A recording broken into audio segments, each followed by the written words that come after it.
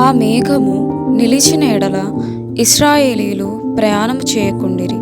సంఖ్యాకాండము 9వ అధ్యాయము 19వ వచనము. ఇది విధేయతకు తుది పరీక్ష. గుడారాలను పీకేయడం బాగానే ఉంటుంది. సిల్కు పొరల వంటి మేఘం సన్నిధి గుడారం పైనుండి అలవోకగా ఠీవీగా తేలిపోతూ ముందుకు సాగితే దాని వెంబడి నడిచిపోవడం చాలా హుషారుగా ఉంటుంది. మార్పు ఎప్పుడూ ఆహ్లాదకరంగానే ఉంటుంది.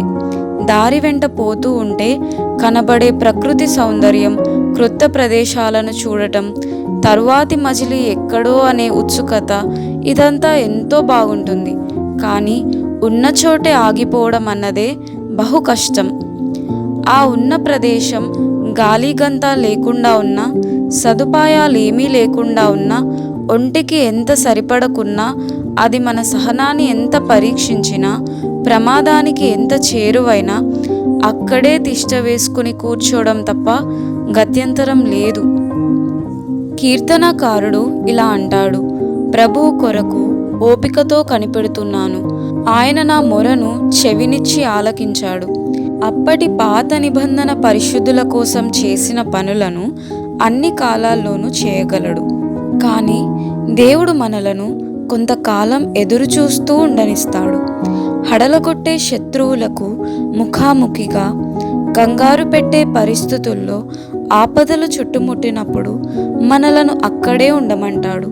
అయితే మనం వెళ్ళిపోవాలి, గుడారాలను ఎత్తివేయాలి, ఇప్పటికే సర్వనాశనం అయిపోయేంతలా బాధలు పడి ఉన్నాం, ఈ వడగాలిని మంటలను విడిచిపెట్టి పచ్చిక బయళ్లను, నదీ జలాలను వెతుక్కుంటూ వెళ్ళవలసిన సమయం వచ్చింది కదా. దేవుని దగ్గర నుండి ఏ ఉలుకు పలుకు లేదు. మేఘం కదలడం లేదు, మనం కదలడానికి వీలు లేదు. అయితే మన్నా, రాతిలో నుండి నీళ్లు, ఆశ్రయం, రక్షణ మనతో ఉన్నాయి.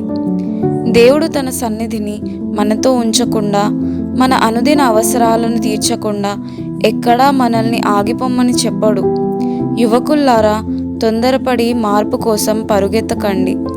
దైవ సేవకులారా, మీరున్న చోటే నిలిచి ఉండండి. మేఘం కదిలేదాకా మీరు కదలడానికి వీల్లేదు. ఆయన తనకు ఇష్టమైనప్పుడు మీకు అనుమతినిస్తాడు.